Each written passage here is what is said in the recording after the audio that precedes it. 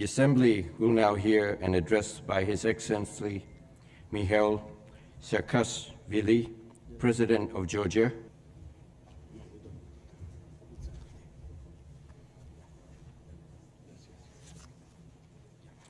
On behalf of the General Assembly, I have the honor to welcome to the United Nations His Excellency Mikheil Saakashvili, President of Georgia, and to invite him to address the Assembly.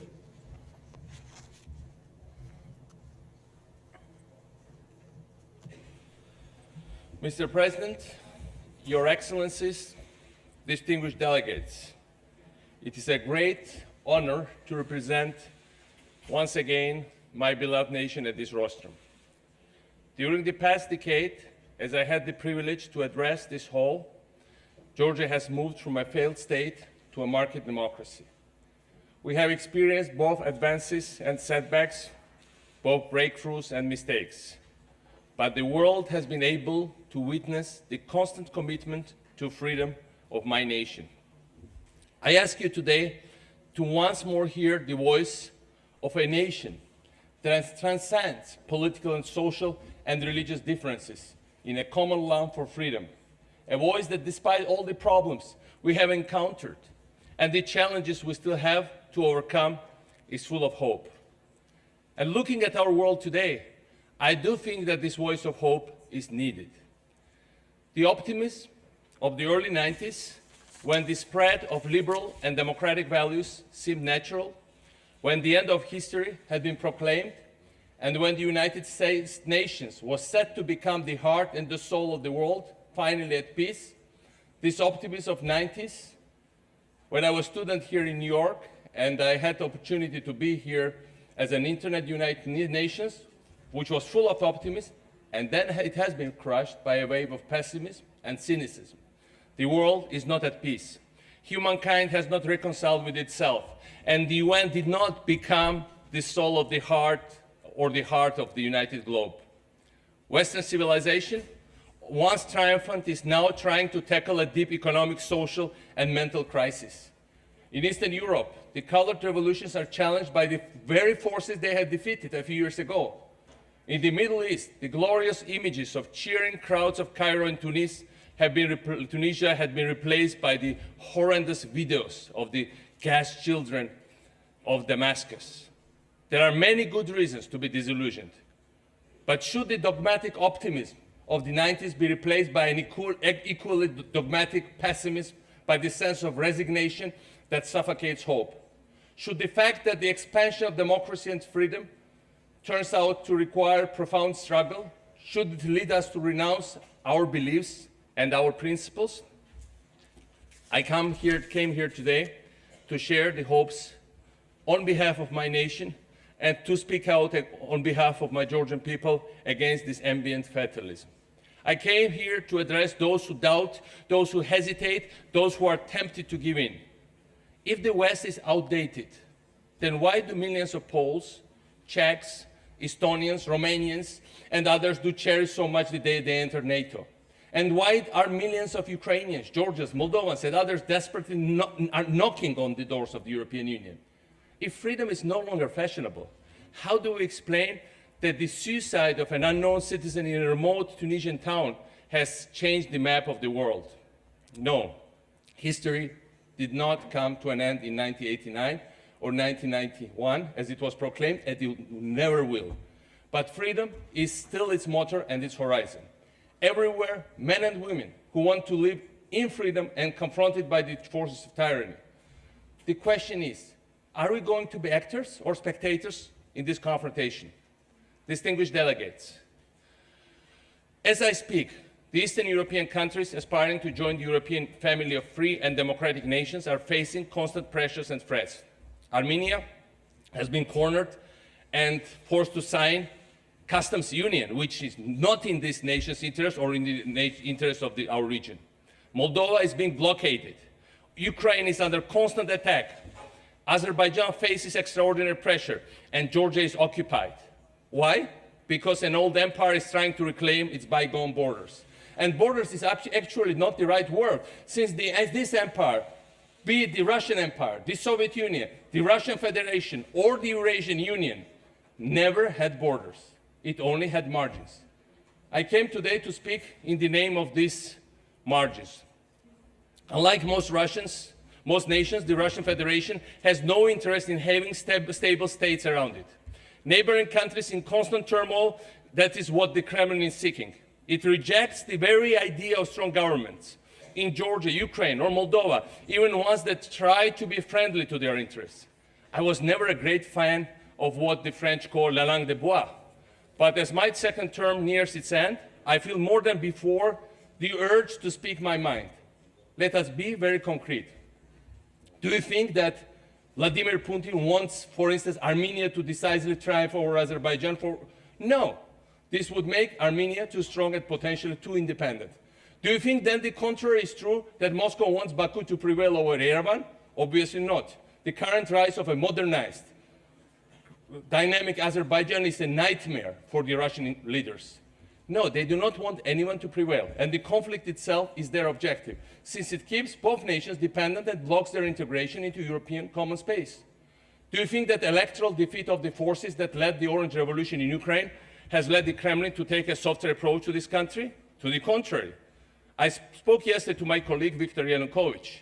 His government is under constant attack and pressure from Russia. And that's what's happening on a daily basis. And, again ahead of the European summit of Vilnius. And Russian officials now speak openly about dismembering this nation. I just heard the speech 2 days ago. Do you think that Kremlin would agree to discuss the deoccupation of our regions of Abkhazia and South Ossetia now that the government has changed in Tbilisi? Far from it. The annexation of Georgian lands by Russian troops continues. Yesterday, the occupants have expelled again Georgian citizens from their houses and are destroying them, are destroying their villages, homes, the houses of their parents and grandparents, taking in daylight their cemeteries in total impunity, water systems.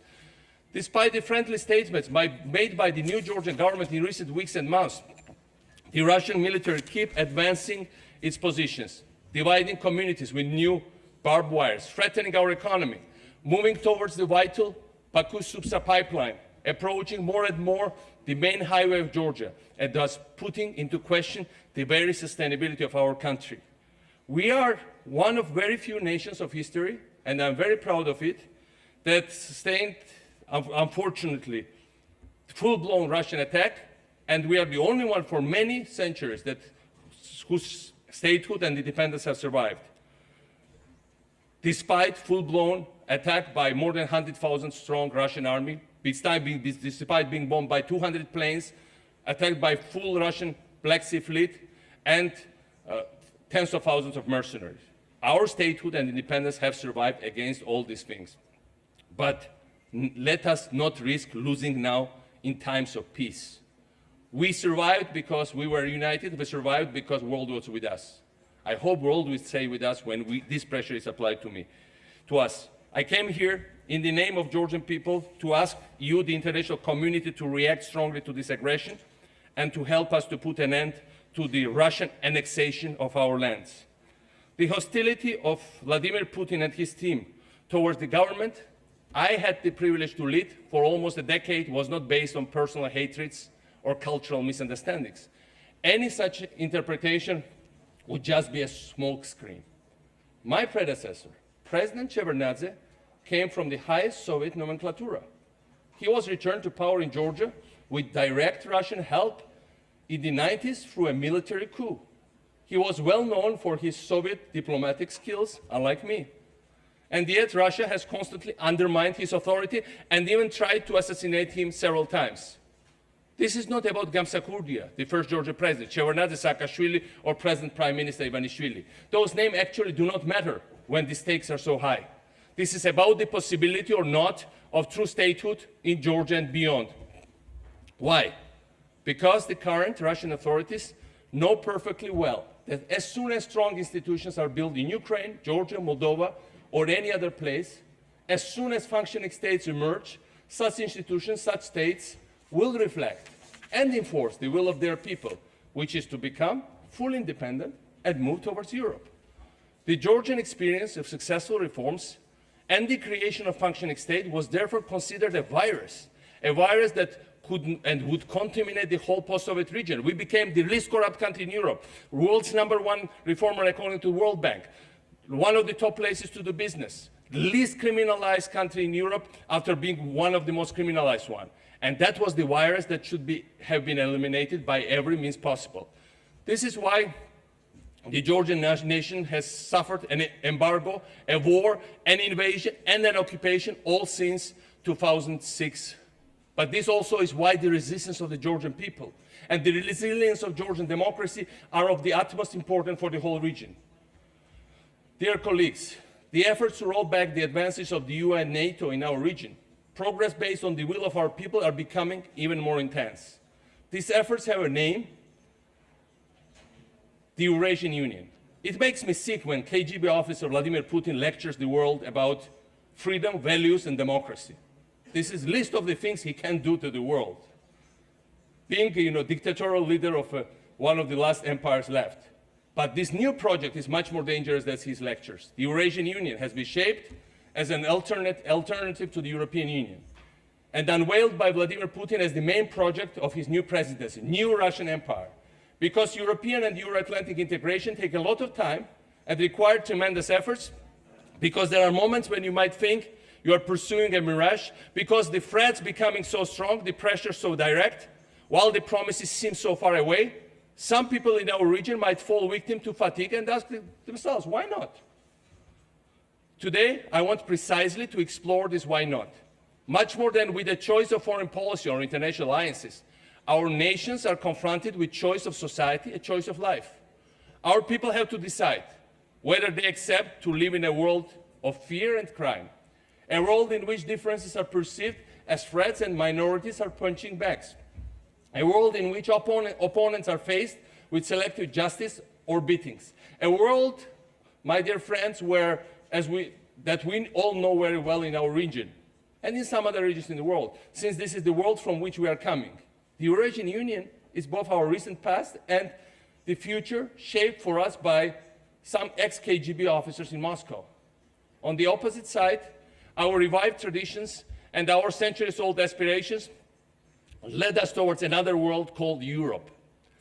European societies are far from perfect, and we all know that. There too, you can have fears, doubts, angers, hatreds, social inequalities. But there, at the same time, meritocracy prevails over nepotism. Tolerance is a fundamental of public life. Current opponents are the future ministers and not the prisoners to be or the enemies to beat. The choice, when it is put like that, is so obvious for the people of our region that some Kremlin strategists, they call themselves politechnologists, have decided to cancel the truth and have shaped lies that they are spreading throughout Ukraine, Georgia, Moldova, and many other places. Their mouthpieces in our respective countries, this conscious or unconscious risk column, identify the European Union with the destruction of family values, erosion in national traditions, and the promotions of gays and lesbians, undermining our traditional religions. Strangely, in recent years, and even more in recent months, we hear in Tbilisi, Kiev, Chisinau, the same ugly music that was first orchestrated in Moscow. We hear that our traditions are collapsing under the influence of the West, that Christian holidays will be replaced by gay pride events, and churches by multicultural Disneylands. We hear that our Orthodox identity is under threat. And after all, here we come, we hear that we share with our former masters a common respect for decency and traditions. Are we so naive to believe these lies of Putin and the others, as other generations did, allowing our sovereignty to be kidnapped? Are we so unfair to our ancestors to think that their memory would be honored by attacks on mosques or some pogroms? Are we so unaware of our history that we allow it to repeat itself endlessly? When we hear the fake music of Orthodox Brotherhood sung by Russian imperialists, can't we hear the true voices of Patriarch Kirill, who was assassinated, or the eternal voice of the Patriarch Ambrosi Helaya, who was tortured during days and weeks only because he appealed to the Geneva Conference against the invasion of his country? And he told his Russian interrogators, you can have my body, my flesh, but you will never have my soul. Are we so deaf as not to hear the voices of the killed bishops and priests tortured by Russian imperialists and Russian communists? Are we so uneducated we do not recall who has repainted our churches and erased our sacred frescoes? Are we so blind today not to see this destruction of our churches by the same people who erased our churches in the 19th century, Russians, now in the occupied territory? We need to know our history. And our history teaches us that tolerance is the basis for sovereignty in our region. It is not only a moral duty, it is an issue of national security. We need to know our history to understand the same old imperialistic principle, divide to rule, is applied today as it was 2 centuries ago. Looking at our region today, those who have some knowledge of the Caucasian history might remember the Armenian-Azerbaijani bloodshed of 1905, directly created by the Tsarist administration, and compare it to the beginning of the conflict in Karabakh in the late 80s. The Russian army was present there in large numbers, and in front of its eyes, the war started, and they were pretending to help both sides, in fact, stirring up the conflict. They might recall, as I do too well, the beginning of the war in Georgian region of Abkhazia in the early 90s, when Georgian paramilitary groups were getting their weapons from the same Russian troops who were actually leading, directing, assisting the Abkhaz militia and bombing the Georgian territory, and bringing in Chechen mercenaries in order to kill any form of solidarity between nations of North and the South Caucasus. Just as they were sending for the same reason, more than 1 century before, Georgian officers at the far front of their wars against Chechens, Ingush or Dagestani. We could also look at the margins throughout the times. We could look at Poland and Ukraine, and we would see the same pictures. Everywhere, the empire has always inflamed the relations between subjugated people and separated them by a wall of fanatical antagonism. It used to work, unfortunately. But what is even more unfortunate, that it is still working today.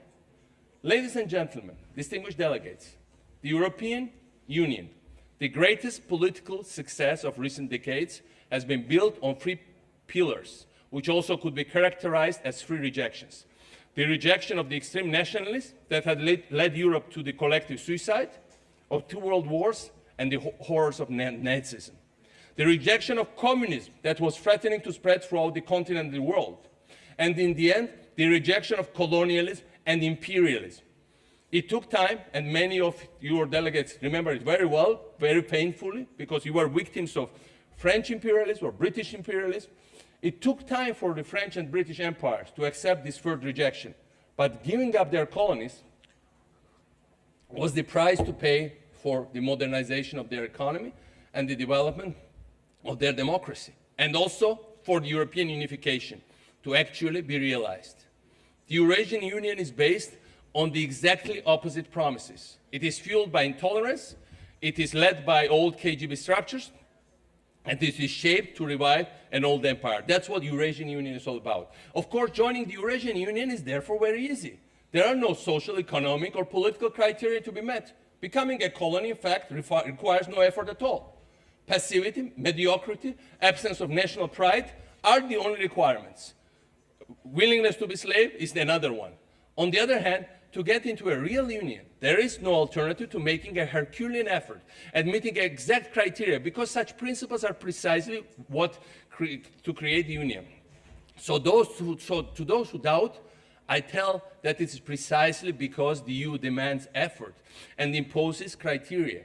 It is precisely because it does not seek to absorb, while the other one is dreaming about it, that the choice should be so obvious. But there is an even better reason for saying that the choice is obvious. The choice is obvious because the Russian project is doomed to fail. No empire is sustainable. Today, we are living in the 21st century, and certainly not the Russian one, which is the last anachronism of empire's world.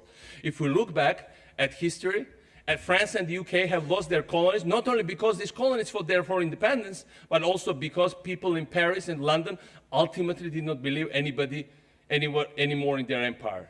Exactly the same is happening in Russia nowadays.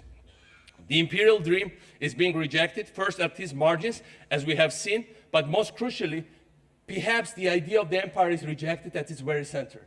Such a rejection does not manifest itself only in public protests or in rising polls of the opposition of the main cities of Russia.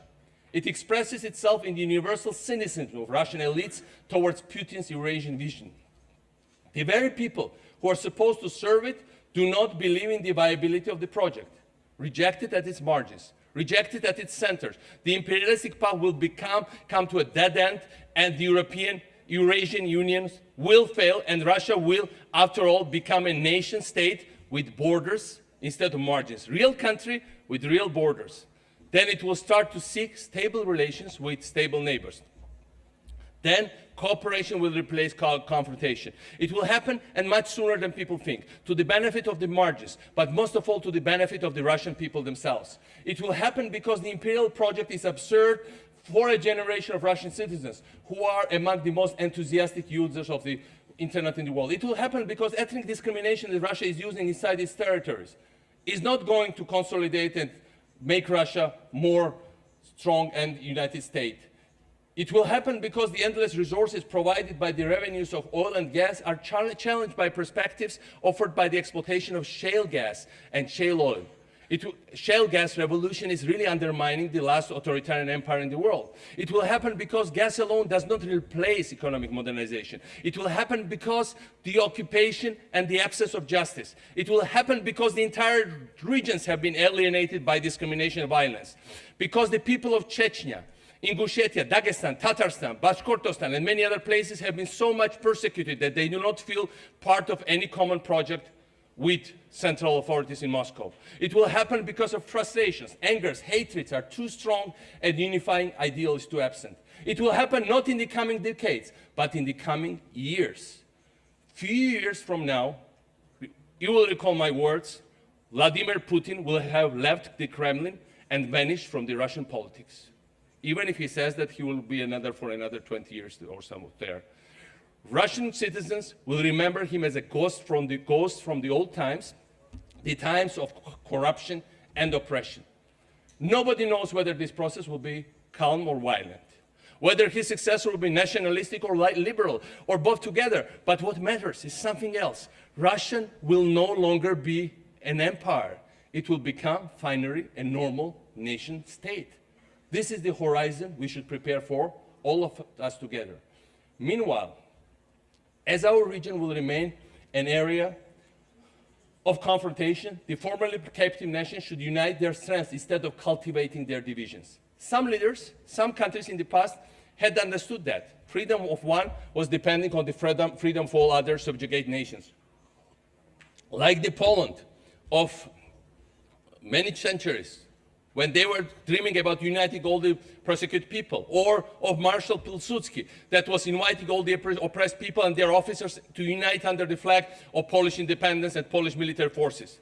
But never had our ancestors benefited from a vast and powerful enough force that had understood its strategic interest was to preserve the sovereignty of each of our nations. Today, this force exists, and it is, with all its deficiencies, still the European Union. As we come closer to the Vilnius Eastern Partnership Summit, I would like to reiterate a call that I have made several times in recent years. By launching the Eastern Partnership as a response to the 2008 invasion of Georgia, the EU has offered to our nations a platform to cooperate under its benevolent umbrella. We should invest much more in it. We should develop common projects, first and foremost focusing on the necessary reforms that we should carry on together. Because reforms mean for all of us statehood and independence. Russian Empress Catherine II knew it well.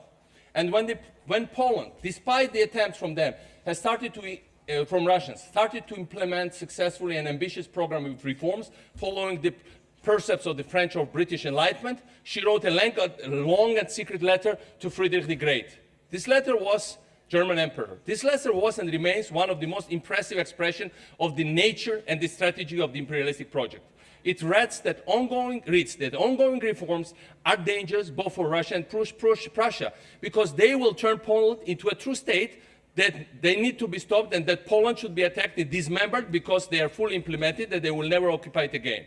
This letter will not sound unfamiliar to those who know how much Vladimir Putin was loathing the Georgian experience throughout these last decades. Because lots of Russians were asking, if this once corrupt Georgia, criminalized country, mafia-ridden country, disintegrated failed state could make it, why Russians cannot make it? This was ideologically dangerous project. For the first time, an efficient nation state was being built in the Caucasus, and we have the reforms that had been crushed before had to be crushed before they could bear all their fruits. Ladies and gentlemen, unity should be our rule in Eastern Europe, including in the divided Caucasus. I have spoken about the beginning of the war in Abkhazia. I could have recalled an older scene that is very symbolic of the history of the Caucasus. And you know, that's at the end of the rebellion led by Shamil against the Russian Empire. After Shamil, the great Imam of Northern Caucasus, had surrendered himself, and the last Chechen leader still fighting, named Baysangur, had been wounded and captured. As they were going to hang him, the Russian officers gathered a crowd of Dagestani men to witness the execution. They ordered one of them to remove the chair on which Baysangur was standing in order to kill him. By doing so, Russians knew what they were doing. They wanted to fuel the local vendettas and oppose the people, which is an old tradition of the Caucasus. Seeing this, valiant Commander Baysangur moved the chair himself, committing a forbidden suicide, forbidden under any religion and of course Islam, and preserving the relations between neighbors. But for one failure, how many successes this strategy has encountered among the Caucasian nations? It needs to come to an end. And this is why I have launched several projects during my presidency, reinforcing people-to-people contacts between North and South Caucasus. Projects focusing mostly on education and on university exchanges. That's why Georgian parliament has recognized genocide of Cherkessian people, one of the most unknown and tragic pages of the history of the world, when the whole nation was wiped out because their land was needed by the Russian Empire. We need to build on these efforts. We need to prepare for the times when the empire collapses, so that its legacy of hatred is swiftly overcome. And we, as citizens of Georgia, need to prepare for the times where Russian troops will leave our occupied regions, when Moscow will withdraw from Tskhinvali and Sukhumi, Abkhazia.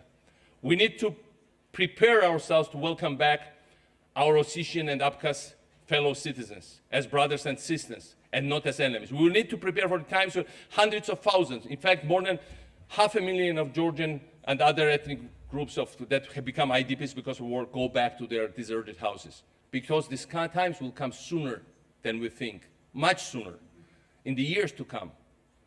Ladies and gentlemen, as my second term nears its end, I take pride in the many accomplishments that Georgia achieved during my tenure in office. We took Georgia literally out of darkness, brought unprecedented transparency to our public service, put our children back in schools, and took the gangs out of them. We have brought our nation closer than ever to its European dream, and worked tirelessly to renew the spirit of tolerance that guided Georgia in our glorious past. We did many good things, but of course, like any leader, and when I became president, I was at that moment, I was the youngest president in the world. I realized that some of these things were done at a very high cost because of lack of experience, in our rush to impose a new reality against the background of internal and external threats. We have cut corners and certainly made mistakes. Went sometimes too far, and other times not far enough. I acknowledge fully my responsibility in all the shortcomings, and I sincerely care for all those who have felt that they did not benefit enough from our work, or even that they were victims of our radical methods. I want to tell all Georgian citizens, to those who supported our project, our policies, and our party, and those who rejected them, I want to tell them how proud I am of their maturity. We promised them this project, and we didn't promise them it would be too smooth. And we went very far. But we went far because our people were so mature and so brave. I want to tell them from this rostrum how humble I feel looking at the sacrifices and the efforts they have made. We are and should remain a nation united in a common love for freedom and dignity. We are and should remain a nation united in the deepest respect for the sacrifices made by our soldiers in Afghanistan, for instance. A nation sharing the same sorrow when they lose their lives and taking the same pride in their bravery. We are the nation that are proud of our soldiers that stood up to 100 times exceeding force of Russian invaders and gave us time, together with the world, to mobilize and protect and save our independence, something that, no, with all due respect, many of the nations in Europe couldn't do in 20th century, much bigger and much more powerful than us. We are, and we should, remain a nation united in our historical identity, to join the European family of democratic nations. The family we should never have been separated from in first place, our family.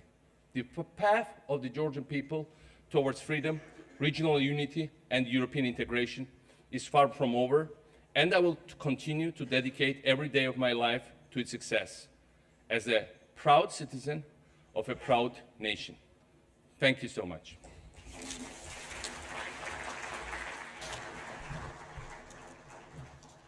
On behalf of the General Assembly, I wish to thank the President of Georgia for the statement just made. May I request representatives to remain seated while we greet the President.